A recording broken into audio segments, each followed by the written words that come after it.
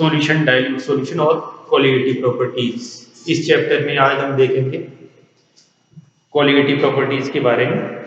Colligative properties मुख्य रूप से 4 प्रकार की होती हैं जो हम इस चैप्टर में देखेंगे। इसमें एक है लोअरिंग ऑफ वेपर प्रेशर, वाष्प दाब में अवनमन, एलिवेशन ऑफ बॉइलिंग पॉइंट में वृद्धि, डिप्रेशन ऑफ फ्रीजिंग पॉइंट में कमी या अवनमन, और चौथा है ऑस्मोटिक प्रेशर। तो ये 4 कोलिगेटिव प्रॉपर्टीज हम देखेंगे। डिप्रेशन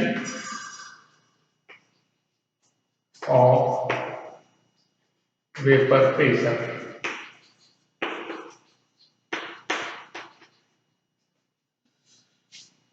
सबसे पहले हम ये देखते हैं डिप्रेशन ऑफ वेपर प्रेशर, वाष्प दाब में अवनमन। जब किसी विलायक के अंदर विलेय जो अवाष्पशील है उसको डालते हैं तो उसका वाष्प दाब कम हो जाता है। जैसे मान लीजिए जो विलायक है उसका वाष्प दाब P हम ले रहे हैं, वेपर प्रेशर ऑफ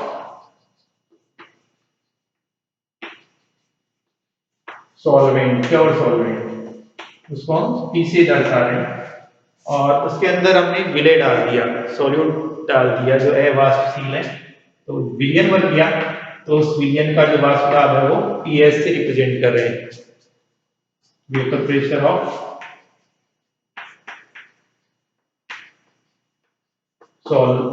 सॉल्यूशन। अब इसमें कौन सा ज्यादा होगा? शुद्ध विलायक का वाष्प दाब ज्यादा होगा, ये वाला ज्यादा होगा। तो वाष्प दाब में कितनी कमी आई वो हम इस तरह से दर्शा सकते हैं, P माइनस PS।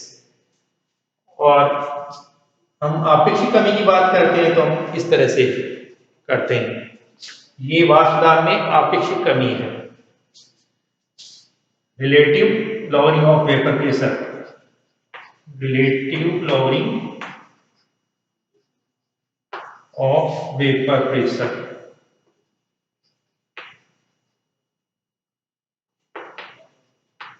वाष्प दाब में आपेक्षिक अवनमन। तो ये जो है वो इसको व्यक्त करता है। अब राउल्स लॉ के अनुसार ये जो वाष्प दाब में आपेक्षिक अवनमन है ये इसके बराबर होता है। ये क्या है? ये विलेय के मोल भिन्न है। अब ये स्मॉल n है, ये विलेय के मोलों की संख्या है, मोल्स ऑफ सॉल्यूट। जो हमने विलेय डाला है उसके मोलों की संख्या है, और कैपिटल N है विलायक के मोलों की संख्या, मोल्स ऑफ सॉल्वेंट, विलायक के मोलों की संख्या है। तो ये जो है ये राउल्स लॉ है।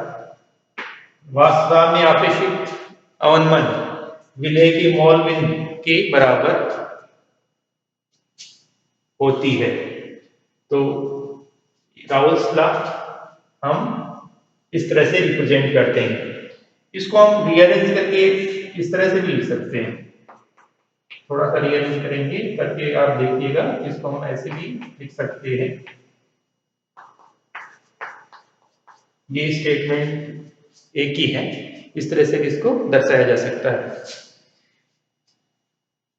ये जो राउल्स लॉ है वो तनु विलयनों के लिए ही लागू होता है, जिसके अंदर विलेय की मात्रा कम हो, विलायक ज्यादा हो, विलेय बहुत कम मात्रा में हो, ऐसे अत्यंत तनु विलयन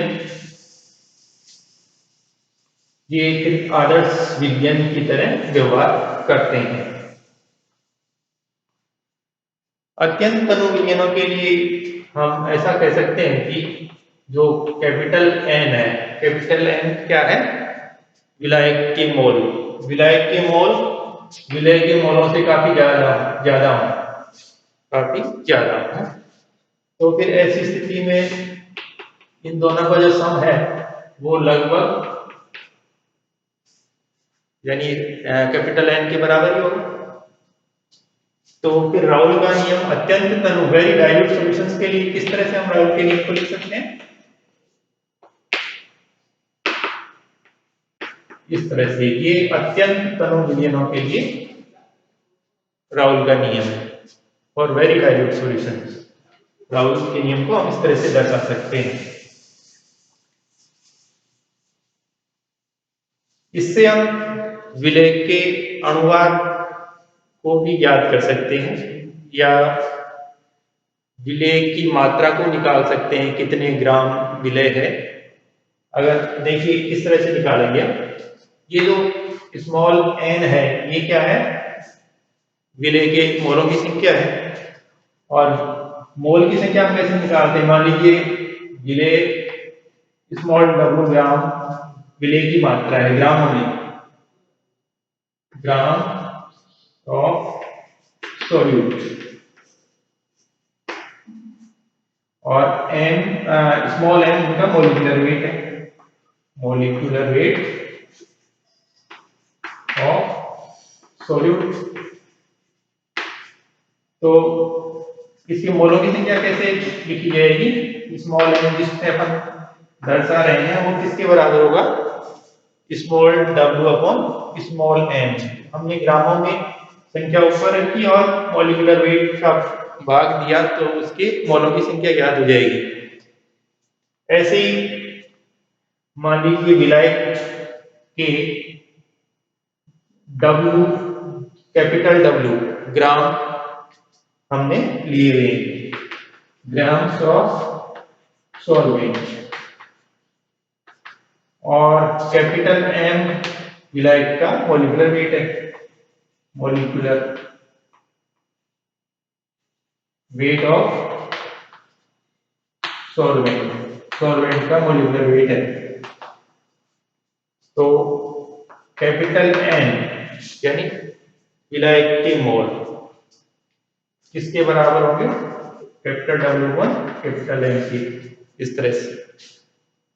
तो ये जो इक्वेशन है इसमें ये आप रख दीजिए, ये वैल्यूज रख दीजिए, P minus T S upon P is equal to small w upon small m और capital W upon capital M।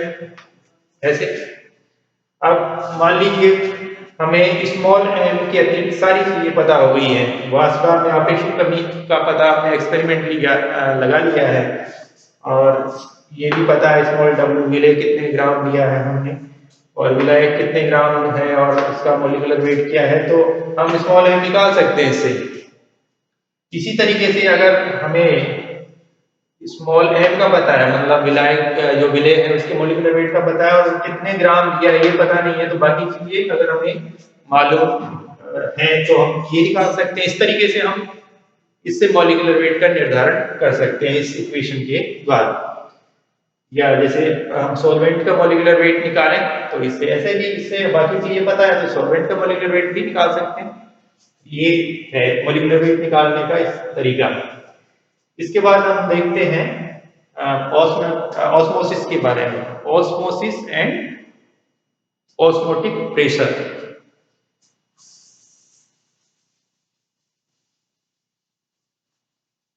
ये जो सेकंड कोलिमेटिक प्रॉपर्टी हम देख रहे हैं ये परासरण और परासरण दाब है, osmosis and osmotic pressure. Osmotic pressure को अपन पाई से रिप्रेजेंट करेंगे। देखो परासरण क्या होता है, परासरण वैसे हम दैनिक जीवन में काफी इसको देखते हैं, परासरण का कई बार जब हम मुनक्का भिगो देते हैं पानी के अंदर तो कुछ घंटे बाद देखते हैं बिल्कुल फूल जाती है, काफी इसका आकार बढ़ जाता है। ऐसे ही जैसे मूंग भिगोते हैं या मटर के दाने भिगो देते हैं, आरबीसी भी फूल जाती है पानी के अंदर। तो ये ऐसा क्यों होता है, ये क्रिया परासरण के कारण होती है। इस तरह की क्रिया परासरण के कारण होती है। इनके अंदर सबके अंदर एक झिल्ली होती है, जिस झिल्ली से फिर सॉल्वेंट के जो मॉलिक्यूल्स है वो अंदर घुस जाते हैं। अब वो झिल्ली, ये जो परासरण की क्रिया है उसके अंदर जो झिल्ली है वो सेमी परमिएबल मेम्ब्रेन होती है, अर्ध पारगम्य झिल्ली होती है, सेमी परमिएबल मेम्ब्रेन, अर्ध पारगम्य झिल्ली, अर्ध पारगम्य झिल्ली। अच्छा, ये क्या होती है? ये ऐसी झिल्ली होती है या ऐसी मेम्ब्रेन होती है जिसमें से सॉल्वेंट के मॉलिक्यूल तो पास हो सकते हैं लेकिन सोल्यूट के नहीं हो सकते। विलायक के मॉलिक्यूल तो इसमें से गुजर सकते हैं लेकिन विलय के नहीं जा सकते क्या इसके अंदर से। तो ये अर्ध पारगम्य झिल्ली होती है, सेमी परमिएबल मेम्ब्रेन होती है। तो इसमें जो ये परासरण की क्रिया है, इसमें जो ये झिल्ली है उससे विलायक के मॉलिक्यूल्स कम सांद्रता से अधिक सांद्रता की ओर चले जाते हैं और इसी के कारण से जैसे एक मुनक्का है उसके अंदर पानी अंदर चला गया, विलायक के अंग पानी अंदर चले गए और वो फूल जाती है, या मटर के दाने, आरबीसी, इस तरह से इनके अंदर भी ये परासरण की क्रिया होती है। तो ये परासरण की क्रिया है। एक एग्जांपल और देखिए, जैसे आप एग को पानी के अंदर डालें, इस शुद्ध पानी के अंदर एग को डाला आपने, तो मान लीजिए इसकी ये जो है ये साइज है इसकी, तो ये फूल के क्या है बड़ा हो जाता है। हमने एग डाला है, ये एग है और यहाँ पर हमने वाटर लिया है, प्योर वाटर है ये,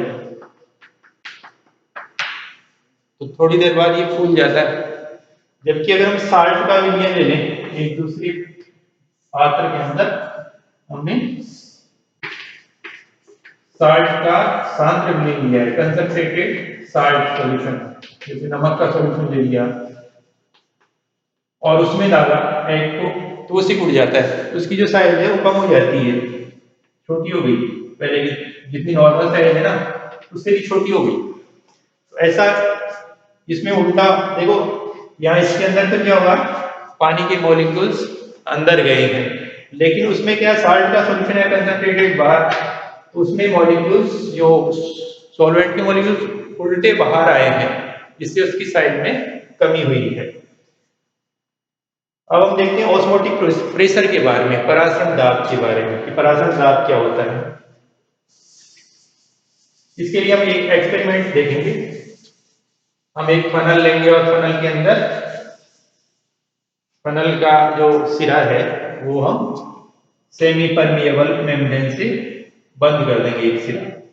जैसे ये फनल लिया हमने और फनल का ये जो सिरा है खुला, इसको हमने सेमी परमिएबल मेम्ब्रेन से बंद कर दिया है, या इस एनिमल मेम्ब्रेन भी, एनिमल झिल्ली भी इसमें काम में ली जा सकती है, वो भी इसी तरह से काम करती है।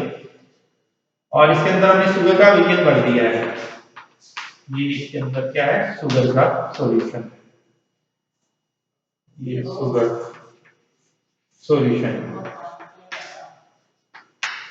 अब इसको हम पानी से भरे हुए बीकर के अंदर रख देते हैं, इस तरह से लटका देते हैं इसको, ये पानी से भरा हुआ है, इस तरीके से हम इसमें रखते हैं।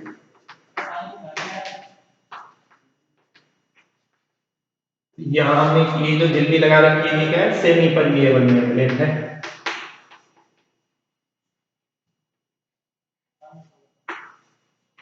यानी ऐसी मेम्ब्रेन जिससे सॉल्वेंट के मॉलिक्यूल ही गुजर पाएंगे,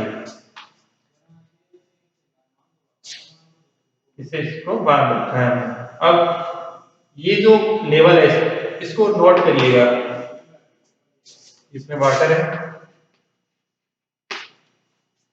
ये मान लीजिए स्टार्टिंग में यही है यहाँ पे, तो हम देखेंगे कि ये धीरे धीरे बढ़ रहा है, ऊपर जा रहा है, ये धीरे धीरे ऊपर जाता हुआ नजर आएगा। ऐसा क्यों हो रहा है? वो ऐसा इसलिए होता है क्योंकि वाटर के मॉलिक्यूल्स इस अर्ध पारगम्य झिल्ली सेमी परमिएबल मेम्ब्रेन से अंदर पास हो रहे हैं, जिससे इसका वॉल्यूम बढ़ रहा है और ये लेवल बढ़ रहा है। लेकिन एक टाइम ऐसा आता है, एक स्थिति ऐसी आती है जिसके बाद में ये लेवल और नहीं बढ़ता, ये जाके ऊपर स्थिर हो जाता है। तो ऐसा क्यों होता है? इसका भी अपना दाब होता है। ये जो कॉलम ये है, इसका भी अपना दाब होता है, जिसकी वजह से अब और वाटर के मॉलिक्यूल्स अंदर नहीं गुजर पाते। तो ये द्रव स्थितिक दाब जो है ये परासरण दाब के बराबर होता है। इसको हम पाई से रिप्रेजेंट करेंगे परासरण दाब को। मान लीजिए ये जो हाइट है जितनी ये चढ़ी है इसमें, ये h है, तो ये परासरण दाब h dg के बराबर होता है। h ये हाइट है, d क्या है, इस सॉल्वेंट ये जो सॉल्यूशन है इसकी डेंसिटी है, और g गुरुत्वीय त्वरण है। तो इस तरह से हम परासरण दाब को माप सकते हैं।